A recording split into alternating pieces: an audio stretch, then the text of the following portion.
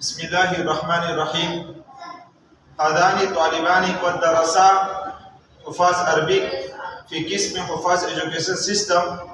الآن يعرفان عن حفاظ education system. ابدأ. السلام عليكم ورحمة الله وبركاته.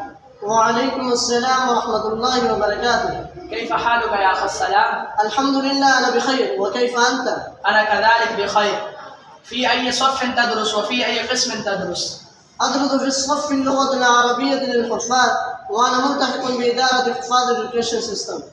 عرفنا هذا القسم أي حفاظ Education System.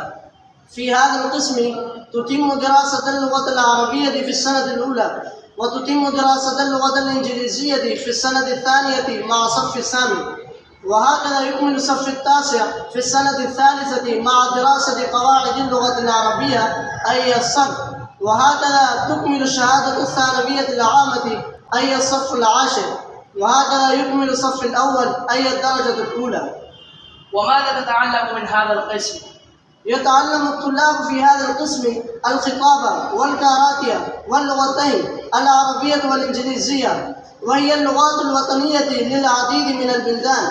يصبح هذا الطالب شخصا صالحا في المجتمع وفي المستقبل، ولديه قدرة توجيه الناس بكل طريق. ما شاء الله، هذا الطالب كما نظرتم هذا أخبركم عن حفاظ Education System.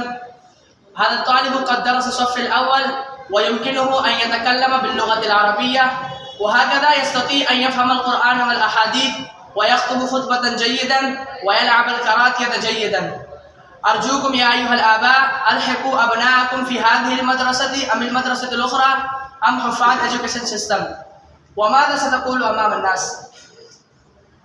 قد درست في هذه المدرسة أي تقوية الإيمان الصف الأول باللغة العربية، والآن الحمد لله أستطيع أن أتكلم العربية، وهكذا ألعب الكاراتيه جيدا، وهكذا أخطب خطبة جيدا. يمكن لكم أيضا توجيه أبنائكم وأصدقائكم نحو هذه الدورة حتى يصبحوا أشخاصا صالحين في المستقبل. في الأخير أريد أن أشكر المعلمين الذين يعلمونني اللغة العربية، ومنهم الشيخ الكبير الشيخ الأول غازي واجد حفظه الله تعالى بارك الله في رزقه وماله، وهكذا الشيخ عبد الجبار حفظه الله تعالى بارك الله في رزقه وماله وعمره وعمله. هذا هو الشيخ الذي يعلمنا الكاراتيه. وهكذا الشيخ بلال حفظه الله تعالى، ووجدته أيضا رجلا لينا متقيا بارك الله في علمه وعمله.